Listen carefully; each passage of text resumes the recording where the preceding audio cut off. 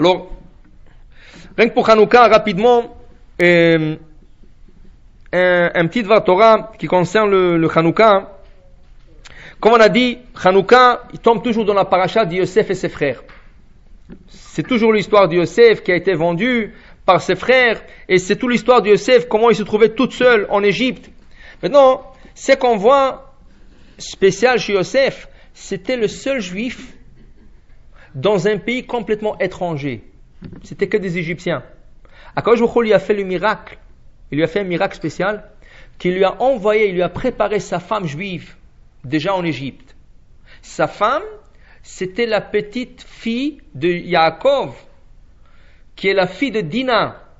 La fille de Yaakov, qui s'appelait Dina, elle a été malheureusement abusée par un non-juif. Elle est tombée enceinte, mais la famille elle avait honte de cette fille qui est née de cette relation. Alors ils ont envoyé cette fille en Égypte. Ils ne pouvaient pas la garder à la maison parce que c'était une honte pour la famille que la sœur a été abusée. Maintenant, Akadosh Baruch Hu, c'est sûr qu'il aurait pu éviter cette situation. C'est la fille de Yaakov, c'est un patriarche. Il aurait pu éviter cette situation qu'une fille soit abusée. Il aurait pu la protéger, la sauver. Il y a plusieurs miracles qui peuvent se produire. Maintenant, Akadosh Baruch Hu, tout ça, ça a été volontaire. Pourquoi? Parce que cette fille qui va être renvoyée de la maison, elle va se trouver en Égypte. Ça va être la seule fille juive en toute l'Égypte. Pour une fille, c'est moins un problème qu'un garçon. Elle était servante. Elle n'est pas servante. Elle a été une fille adoptive. Elle a été adoptée par Potiphar.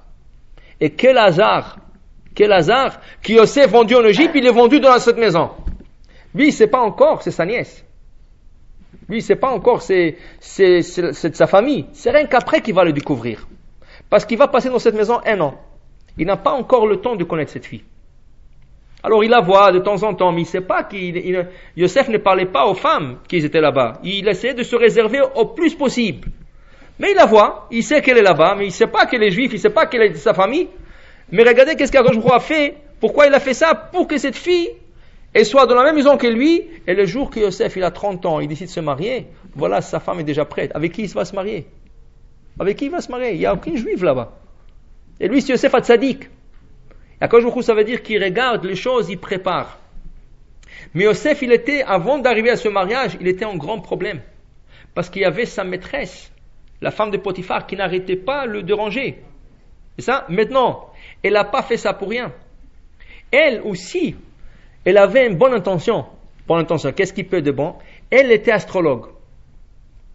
Alors elle a vu dans les astres, dans les horoscopes et tout ce qu'il y a, tout le signifie. Elle a vu qu'elle aura un enfant de Yosef dans sa maison à elle. Elle pensait que c'est elle. Mais elle ne savait pas que c'est sa fille adoptive qui va avoir des enfants avec Yosef. Alors, puisqu'elle pensait que c'est elle, c'est pour ça qu'elle a poussé, elle a essayé de l'inciter pour être avec elle, pour avoir cet enfant. Mais Akadosh Baruch Hu l'a protégée.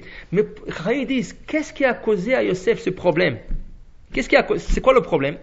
C'est quand elle a attrapé par son habit, elle lui a dit, écoute, je vois quelque chose de bizarre en toi. Tu es habillé comme nous. Tu te conduis comme nous. Elle voyait le faire de prière, elle m'a dit, mais tu es comme nous. La seule chose que je te vois, tu es pratiquant. Tu fais des prières à ton Dieu. Bon, à l'époque, il n'y avait pas de téphilim. Ils ne pouvaient pas mettre de téphilim. Il n'y avait pas de talit, il n'y avait pas. Alors, tout ce qu'elle voyait faire, de temps en temps, il allait dans un coin, il priait à Dieu. Il levait les yeux de la fenêtre, il priait à Dieu. Elle dit, ok, écoute. Comme ton habit, c'est un habit d'un Égyptien, hein, reste Égyptien comme nous, à 100%. C'est pour ça, qu'est-ce qu'il fait, lui? Il laisse son habit chez elle et il court dehors. Oui. Maintenant, c'est quoi le message qu'il essaie de lui donner? Il dit, si c'est l'habit qui va me mettre en problème, je préfère de laisser cette mode de vie et de vivre comme un juif. Ça va lui causer de rentrer en prison. Cette histoire va lui causer 12 ans de prison. Il va 12 ans rentrer en prison à cause de cette histoire, parce qu'il a laissé l'habit. Qui veut dire, qu'est-ce qu'il est en train de dire Yosef? Yosef, il dit, il a essayé de, si on peut dire, entre guillemets, jongler entre les deux mondes. Il est habillé comme là, le pays il habite. Le même costume, le même habit, le même style. C'est-à-dire, le même mode de vie. Il mangeait végétarien. Il y a beaucoup de végétariens. Il mangeait aussi végétarien. Il n'y avait pas de problème. C'est-à-dire, à l'extérieur, à l'aspect extérieur, il est un Égyptien. À l'intérieur, il pratique son judaïsme. Mais le jour qu'il a compris que ce système est dangereux, il a laissé l'habit, il a dit non. Alors dans ce cas, il faut que je retourne à 100% de judaïsme. Qui veut dire, ça peut nous arriver à n'importe qui dans notre génération, qu'on essaie de s'adapter à la mode. On essaie de s'adapter à la mode de vie dans le pays qu'on habite.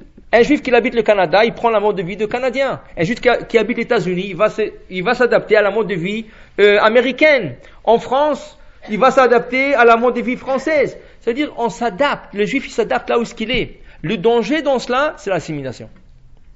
Le message de la femme de Potiphar, que tu es déjà 90% comme nous, tu manges comme nous, tu bois comme nous, tu t'habilles comme nous, qu'est-ce qui te reste? La prière, laisse la prière. Là, il a dit non. Si c'est ça qui va me rendre un problème, il préfère de tout laisser et retourner à la mode de vie comme avant. Regardez le Zechet Tzadi Vikosh Bracha, bientôt c'est Saïloula, pas loin, Baba Saleh, Rabbi Israël Abuchatzera. Lui, quand il est arrivé en Israël, il est arrivé comme il était habillé au Maroc, avec la jlaba, avec le sarwal, avec le babouche.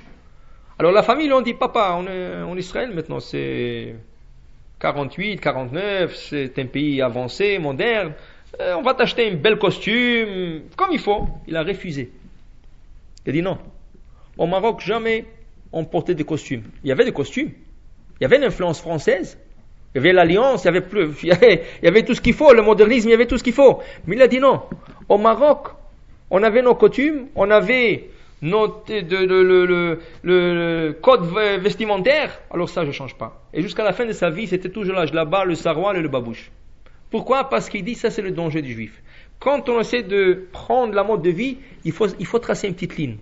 Il faut savoir qu'il y a certaines choses tu traverses pas. Parce que si tu traverses, tu risques de tomber de l'autre côté. Et c'est ça l'assimilation. C'est quoi l'assimilation?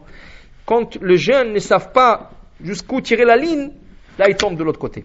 Alors Hanouka, le message c'est un message spirituel. Il n'y a pas d'action, il n'y a pas quelque chose qu'on fait comme un festin, il n'y a pas le manger la galette comme Pessah, il n'y a pas le don de la Torah, il y a rien de tout ce qu'il y a à l'allumage des bougies. Mais la bougie c'est spirituel. Et spirituel, ça veut dire quand on regarde, on dit c'est lui qui regarde les bougies de Hanouka, ça fait un grand effet sur son âme. Rien qu'en regardant les bougies, on ne sait pas qu'est-ce que ça fait. Mais apparemment, selon le Kabbali, ça fait un grand effet sur l'âme. Parce que Ner Hashem, Nishmat Adam.